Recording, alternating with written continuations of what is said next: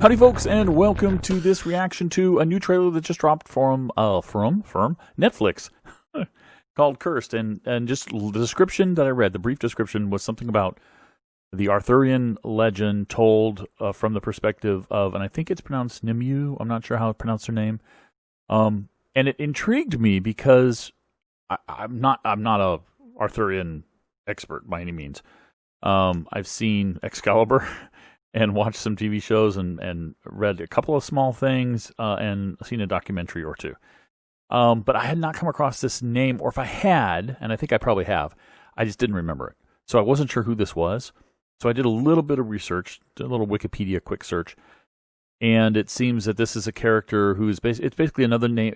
Well, it could be multiple characters, but often it's another name for the Lady of the Lake, the one who gave the sword Excalibur to Merlin to give to Arthur's father, and then returned it to Arthur. Anyway, that's one character with this name, and apparently this character has in various tellings of the Arthurian legends through movie, television, even additional written materials since the earliest written materials, has sometimes been a different character, not always the Lady of the Lake. So I'm not quite sure if this is going to be telling a story from the Lady of the Lake or telling a story from another version of this character.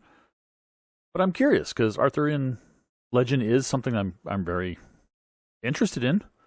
Fantasy settings I'm very interested in. So let's give it a look and see what we're going to see here. They came while we slept.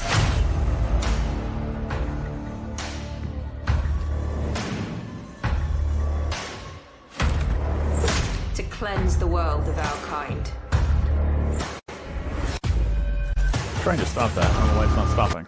There we go. First thing that occurs to me, I'll watch it through fully here one more time before we're done, but one thing that just occurred to me as I'm watching this is, first of all, a lot of slow-mo.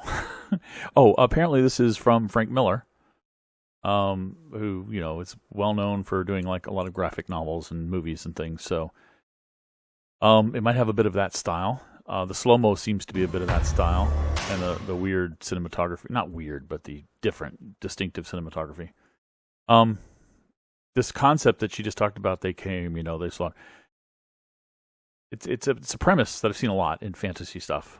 Legend of the Seeker is one that is coming to mind. So anyway, I'm going to play this one again from the beginning. Let's take a look. I won't interrupt this time.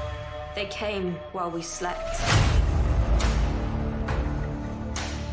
I might talk over it, but I'm not going to stop it. To cleanse the world of our kind. Okay, their kind are magic users, I think. Because we're different. Sorceresses. Because magic. Sorcerers, yeah, because of magic. Us. Because we have what they Is that going to be Merlin? The legend says this sword belongs to the one true king. But what if the sword chooses a queen? Oh. Okay.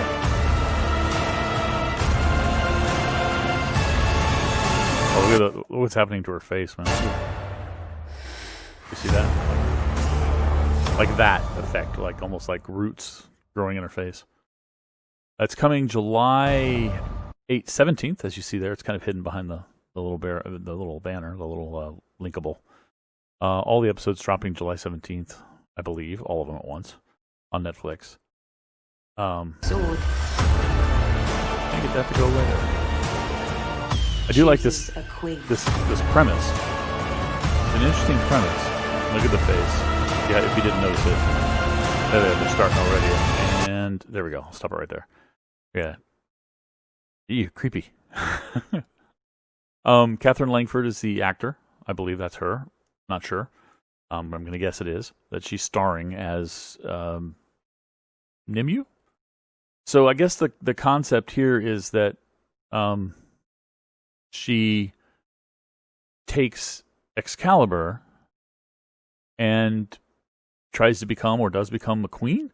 Now, is this going to be taking place prior to Arthur, and she is somehow at some point defeated and becomes the Lady of the Lake, or is this just not her at all, not that character, or it's an alternative telling And I think that's what it's looking out to be, is going to be an alternative telling, I'm guessing, where instead of her becoming the Lady of the Lake and giving the sword to Merlin to give to Arthur's father, the Pendragon, and then eventually return it to Arthur so that he can, save England and all that stuff, that it's her, and she takes it, and she rules, or attempts to rule, or tries to conquer the lands, or is she going to be a good queen or a bad queen? Because another thing I discovered in my quick little read on Wikipedia is that this character can be portrayed as a good person, or a bad person, or an indifferent person, or totally up in the air.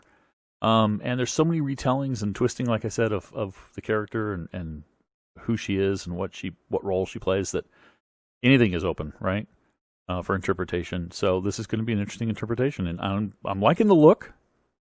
Like I said, I got a bit of a Legend of the Seeker vibe, just on the premise, the voiceover at the beginning, and the attacking and the guys in robes and all that stuff. I don't know. It looks very interesting. I'm going to watch it.